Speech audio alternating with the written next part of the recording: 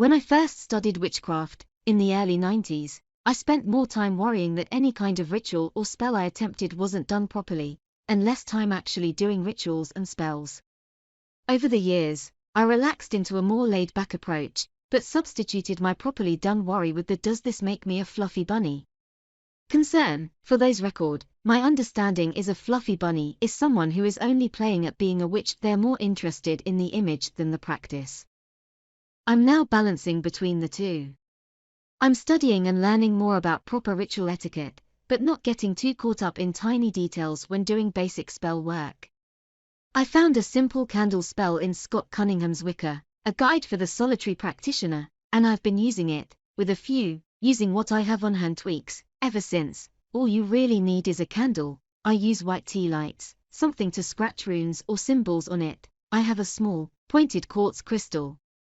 Something to light it. I prefer small wooden matches, and a quiet spot to reflect on your spell intentions. Mine is usually at my computer desk. Start by getting a place ready for the candle, in my case, clearing enough clutter off my desk away to prevent a visit from the fire department. Decide what the focus of your spell will be. Say, for example, a loved one is driving home through a storm, and you want to send them protection energy. Next, figure out what you want to scratch into the candle. I usually use one of the runes from the aforementioned guide. You can find a partial list here, but I highly recommend buying the book so the entire list with interpretations are always handy. For the example spell, I'd use my crystal to carve the rune representing protection, not pictured in the Google preview. See, I told you buying the book was a good idea, on top of the tea light.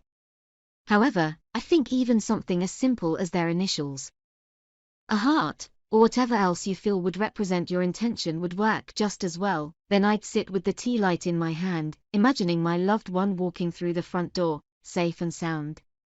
Next, I'd light the candle, and stare at the flame a little longer, whispering things like, "Be safe. Drive with care. Come home safe to me," and whatever other relevant thoughts popped in my head, usually with the occasional, "Wait, did I turn the burner off? Did I ask him to pick up milk? Why are the kids so quiet?" all of a sudden thrown in for good measure. Then I'd place the candle down in the cleared space, making a point to send more good energy whenever it caught my attention. I know many practitioners recommend letting the candle burn itself out, which is one reason I've become so fond of tea lights for spells like this, but I feel once the rune burns away completely, it's okay to blow the candle out.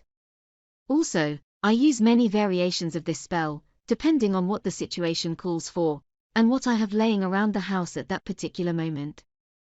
But having something this simple makes it much easier to do magic at the drop of a pointy hat.